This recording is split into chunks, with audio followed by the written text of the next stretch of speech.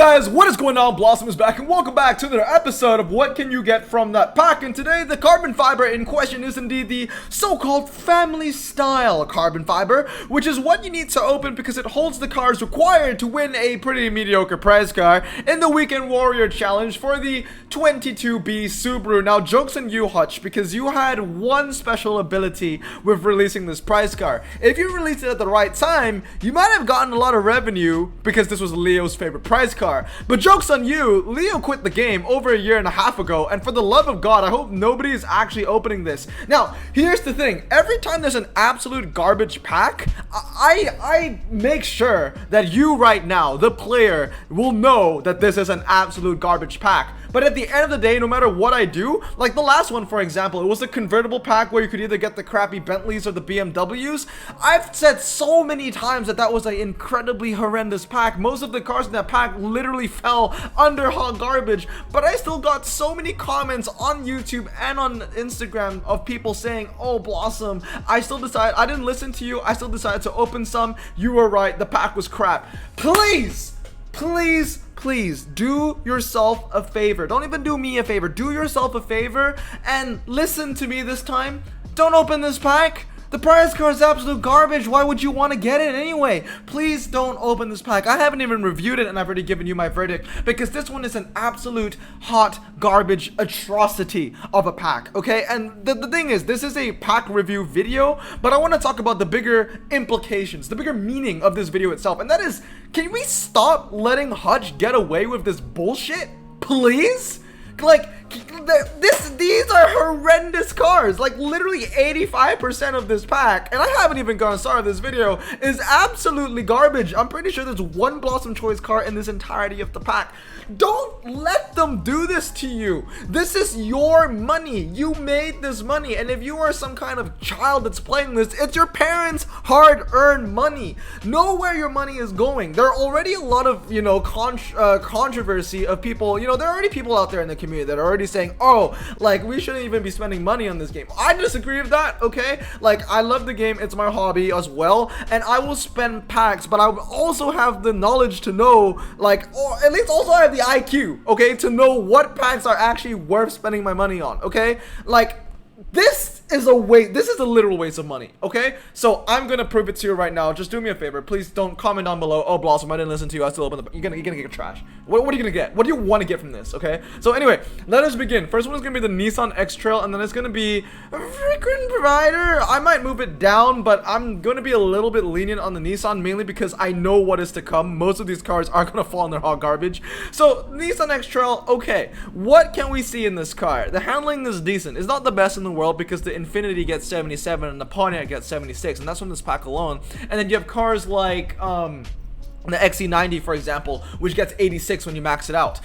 So no MRA in this X-Trail, 50 MRA. The only reason why I give it frequent provider is because it is a very lightweight car, coming in at 1,460 kilograms. The second one is going to be the Subaru Forester STI. That's going to be a daily driver. It has some niches. It's high ground clearance of an estate, has a low 0 to 60, decent handling, and four-wheel drive. So some pretty good stuff over there, but that's where the good stuff really ends. The next one is going to be the Subaru Legacy Touring Wagon 2.0 GT Spec B. Now, it's one of those cars where, yeah, it's a Subaru with MRA, 60, not 65, sorry, the Forester STI is 65. The Subaru Legacy Touring Wagon has 75 MRA, which is a lot of MRA for a Subaru, but then you look at this, it's 62 RQ, and it has a 6-second 0 to 60. I get that it's four-wheel drive, I get that it's medium ground clearance, but 6 seconds for an RQ62 is absolutely atrocious. It is embarrassing. That is super rare 0 to 60, or maybe a very low RQ ultra rare 0 to 60. Granted that RQ, that's, you know, that car with the 6-second 0 to 60 has really good handling.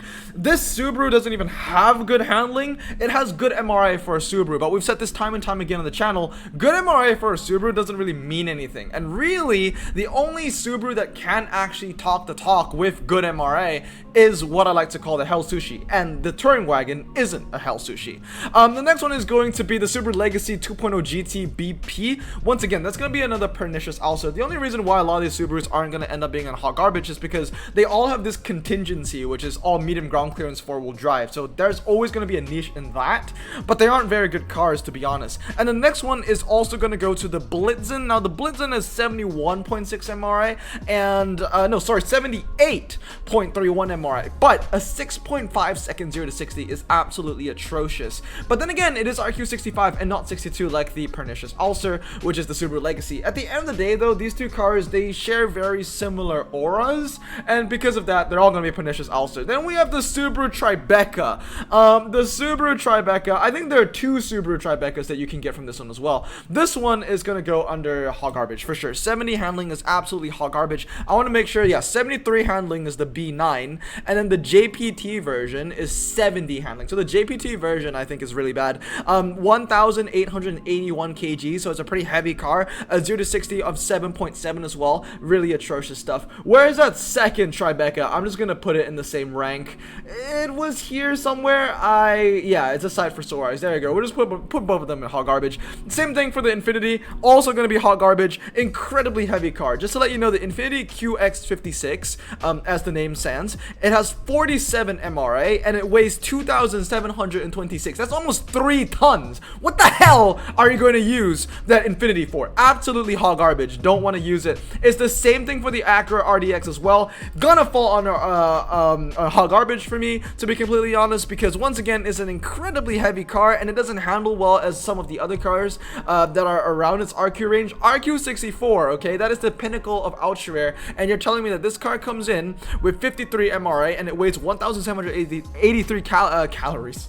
kgs, and it doesn't really, it handles okay. Okay, it handles okay. But when I think of RQ64, I'd rather use the GMC Terrain for an American RQ64 SUV. So that's gonna be, okay, maybe it's a bit mean for me to put in hot garbage because I am really heated right now. I'm also really tilted right now because, once again, Hutch is kind of getting away with releasing a really crappy pack, and people are out there buying it, and I don't want you to buy this. Please save your money. Okay, but the RDX, okay, maybe I was extra tilted, so that's why I put in hot garbage. It's pernicious Ulcer. Next one is the Audi S6. Oh my God, one of the worst RQ64s in the game. 63, obviously in the video because it's an outdated picture. Definitely, literally outdated picture from Top Drives Club. Also, Top Drives Club, what are you doing? You don't update your stuff anymore, do you? But yeah, outdated picture, outdated RQ. It has okay MRA, I guess 78.57, but it's really heavy, coming in at 1,790 I almost said calories again.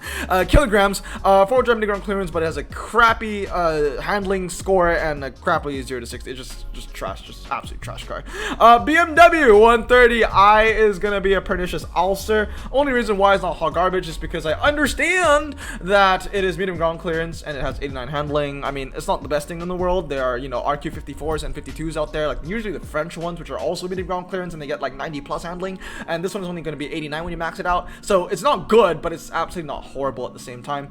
The BMW 130i, I want to give a double check on the MRI on this bad boy, is 71.42, comes in at 1,400 kilograms. Still not very good. The handling is slightly better. If you max it out, it gets 90 handling, so you can get maybe some value out of the 130i. I'll give it a very low frequent provider, but that's me being generous already. Then with the BMW 535d Touring, pretty tough one for me to judge this one because it isn't really a fantastic car. The handling, I would say, is okay for RQ58 for a medium ground clearance standard tire rear-wheel drive car, but at the same time, it's a very useless niche. Rear-wheel drive standard tires is a really useless niche. If you're not the Caterham, the Infiniti G37, or the Maybach Landaulet, for the most part, you're pretty useless, which would usually, you know, put you in hot garbage. But then again, the Touring has an estate niche. Now, how much is the estate niche going to carry this BMW? Not so much, but enough to get out of hot garbage. I'll put it under pernicious Ulcer. Next one is the BMW X3. Okay, this one's actually decent. I would say that this one's actually a very strong frequent provider. The main thing about the BMW is that, once again, it's under 2,000 kgs, and it handles pretty well.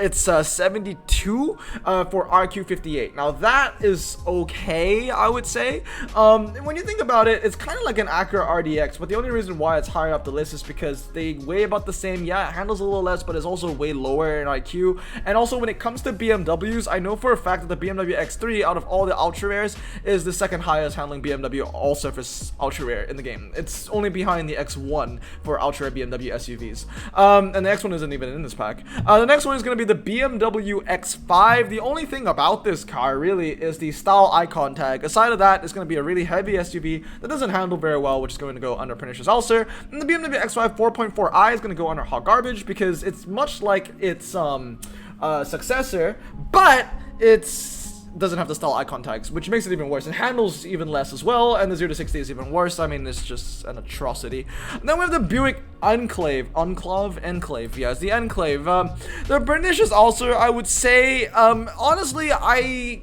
had a lot more higher expectations for the Buick, because you are getting a very cheap RQ, very cheap RQ ultra rare, and you're getting 85 handling for an SUV, which on paper should be really good. I mean, when you think about it, it actually outhandles the Acura RDX as well as the Nissan X-Trail, right? But then again, you find out that it actually weighs 2,233 kilograms, and it has 45.85 MRA. So very rare situations where you need to use the Buick, to be completely honest with you, because there are just better cars out there to use. So unfortunately, it's a pernicious ulcer. I know on paper it actually looks better than that because you get a lot of handling for a really cheap RQ, and I was actually really hyped for this car. When I got it, I maxed it out, but unfortunately it just doesn't win the races where you want it to win. So unfortunately, it's a pernicious ulcer. And then we have the only Blossom Choice car in the pack, I believe, and that is going to be the Trailblazer, and that obviously is Der Kaiser. That's one car I can speak good stuff about. Next one is the Chrysler Aspen Hybrid, and just like its name, it is ass. I'm gonna put it under hot garbage, to be completely honest with you. The only reason why I get value out of the Chrysler Aspen Hybrid is because I play a lot of clubs, and really it's once a month, or maybe once every 2 months, or once every 3 months. And there might be Chrysler times 5, and that's the only Chrysler off-roader. That's the only niche that it carries. Aside of that, it's a very, very weak car. Same thing with the Dodge Caliber SRT4. Probably one of the worst ultra rare Dodges in the game. Pernicious ulcer on my part, I would say. Only reason why it's not hot garbage is, once again, much like the BMW 130i, it has 80 handling and medium ground clearance. But aside of that, it is still a very weak car.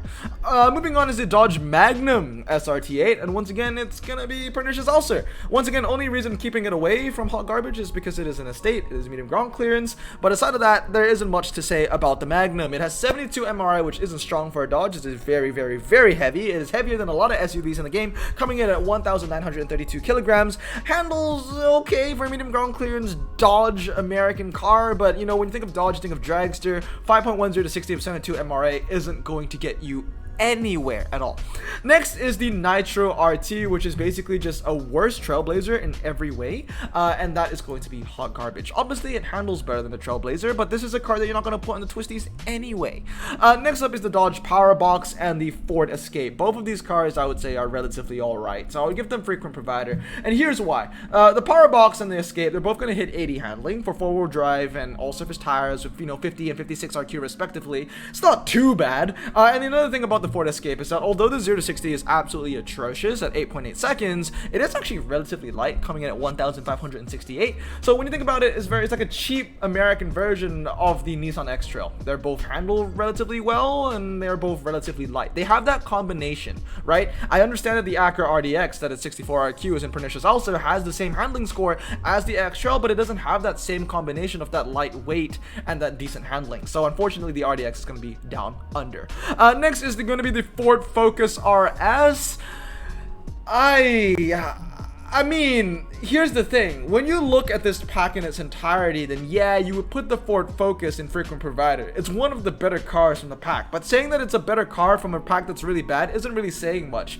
To be completely honest, the Ford Focus is pernicious ulcer, just because front-wheel drive clubs happens all the time. So I'm pretty experienced with this niche, and I can tell you right now that the Ford Focus RS is probably going to be very useful in this Weekend Warrior challenge, but it's very useless everywhere else. When it comes to front-wheel drive, I'm either using the Volkswagen TCR, and if there's rain, I'm probably going to use a standard tire car like the ELR or the Acura TLX. And if it's performance tires only, and I can't use the TCR, then I would use the Ford Focus RS 500, which is only 3 RQ more and so much better. Or if I don't even need medium ground clearance, I would use the Honda Civic Type R. Or if I need medium ground clearance and I want the, an even cheaper RQ for front wheel drive, I would use the RQ57 Suzuki Ignis Sport. So there really isn't a situation where the Ford Focus RS really stands out. So because of that, it's a pernicious ulcer, even though it has 85 handling and medium ground clearance. The Hummer H3 is going to be a pernicious ulcer, to be honest. The main reason is because there is a prize car version of the H3 which is better in every way and is the same RQ, which really doesn't make any sense to me. I would say that the prize, you know, the red Hummer should at least be RQ51, just to, I don't know why they're the same RQ. It really doesn't make any sense to me. But if I remember correctly, they are both RQ51 or 50 or something like that. I think they're both RQ50. And then we have the Infiniti FX35. This one actually handles well. It gets 85 handling when you max it out, which is nice, but it is pretty heavy, coming at 1,907 kilograms, and it has the MRF 61.91. I mean, it's not too bad. It's an average SUV. I would put it under frequent provider. Not a car that I would ever use in the snow as well, because there is a better Infiniti to use. I think it's the QX60, I think the name is. Next one is the AMG G55, just a worse version of the G63. Gonna go under pernicious ulcer. Then we have both the Muranos, actually all three of the Muranos. Should we judge them all at the same time? These Muranos, once again, are pretty hot garbage. 65 MRA in the white one. The red one comes in as 57 MRA. Both of these cars are also relatively heavy, but they handle pretty well, I would say.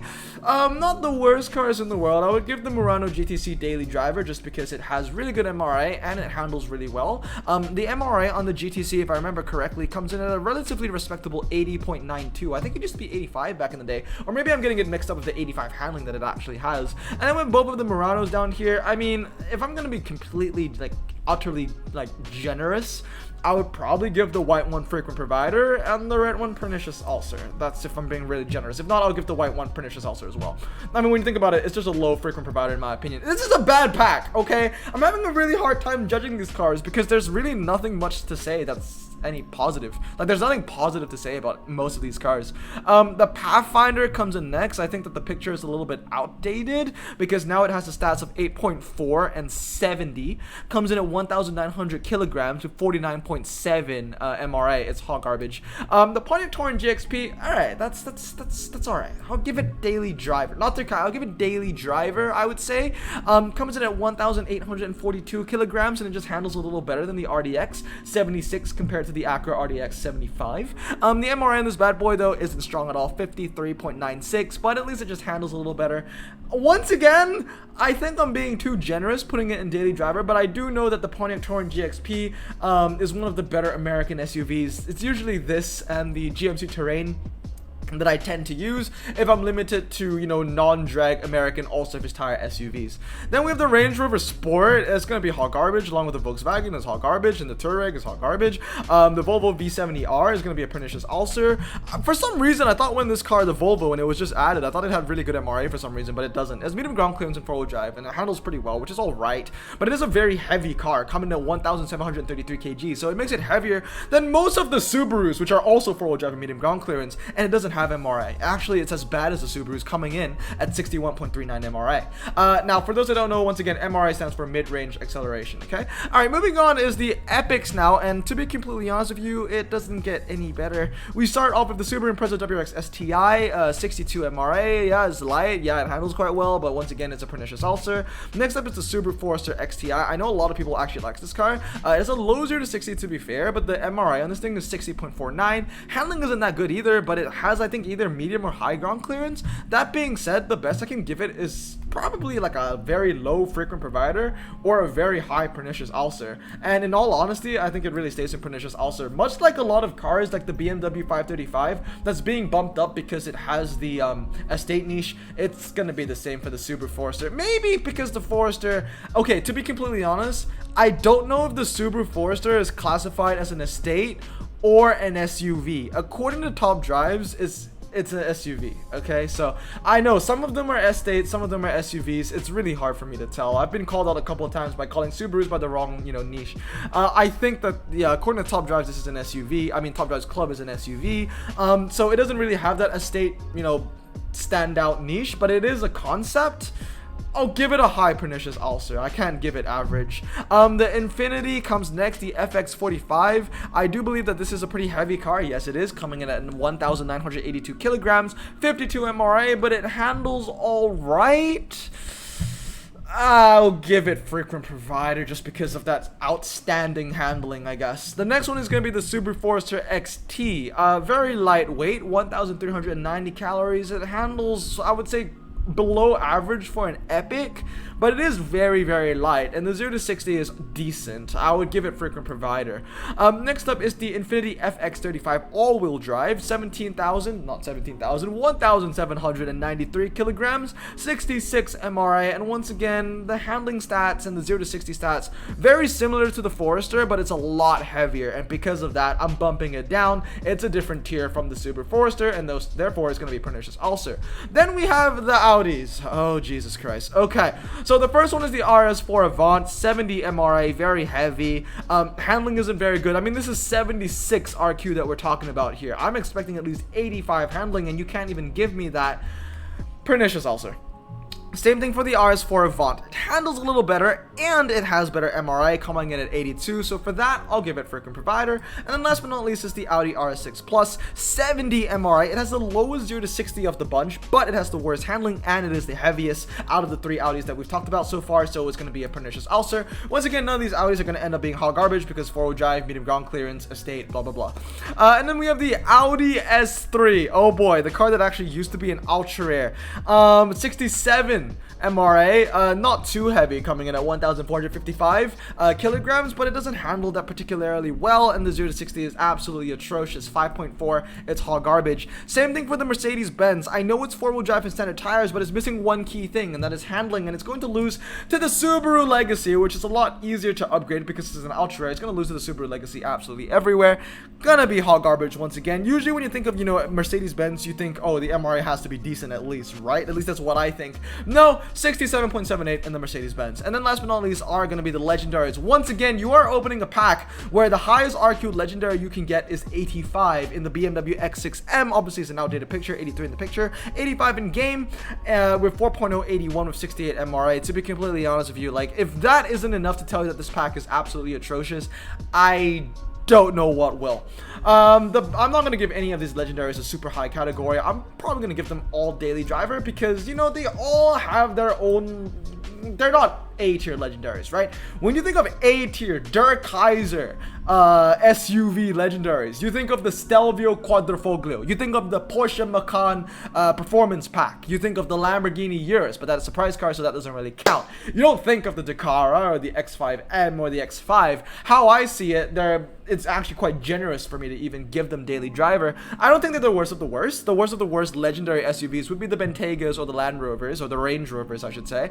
But yeah, they have some niches to them, alright? Both these BMWs, at least they handle quite well, but you have to max them out for them to hit the 90s. And then the Roof Dakara has the 90 MRA, has the 93 MRA and that 90 handling. 0 to 60 isn't strong, but at least the MRA is there, and it has the top speed to back it up. You know what? I might even push up the Roof Dakara to the Kaiser. I mean, the 0 to 60 is atrocious, don't get me wrong, but at least it handles, it has the MRA, and it has the top speed to back up the MRA as well. So at least it's shooting and hitting in the right spot. So I'll give it to Kaiser. I'm feeling a little bit generous because the rest of this pack is absolutely atrocious. But guys, please, oh my god, please don't let Hodge continue with the bullshit. Please don't open this, okay? It's such a waste of money. I mean, the prize card that you're getting, I mean, I think we're blessed to say that at least the prize card that we're getting doesn't really matter much. So you can at least save yourself some money by not opening the pack. And if you're missing out on the prize card, then guess what? The 22B, I'm sorry, Leo, is kind of shit. So at least you get a pass by on that. Now, I know Leo absolutely loves it. All credit to him, all respect to him. I wish that he could get it, but even I know that Leo can't get it because I've talked to him about this already. Even if he came back, he doesn't have the cars to do it. And really, like, if I'm telling people that are currently playing the game to not open this pack, why the hell would I tell Leo, who quit the game, to come back to open the pack just to get some 22B? Like, come on. Leo, if you're watching, just go get a real one, okay? Like, seriously, this is trash. This is beyond trash. This is disrespectful. In my opinion, Hudge is actually genuinely disrespecting us because they think that our IQ is that low that we will actually buy this. So please, don't feed into the narrative. Don't bend over for them. This pack isn't worth it. I will happily bend over for a Dodge pack or a really good pack like a Motorsport carbon fiber or a 2016 carbon fiber, but this Oh, come on, man. If you open this, you are simping, and you are simping hard. But anyway, I hope you guys have a great day. I really hope you listen this time as well. Please stay safe. Please save your money. And just wait for the new update. It's probably going to come in like 4 months, which is really short in Hutch terms. But anyway, hope you guys have a great day. I'm going to stay safe, wash your hands, and blossom out. And please, for the love of God, and for the love of Kanye West, just do the right thing.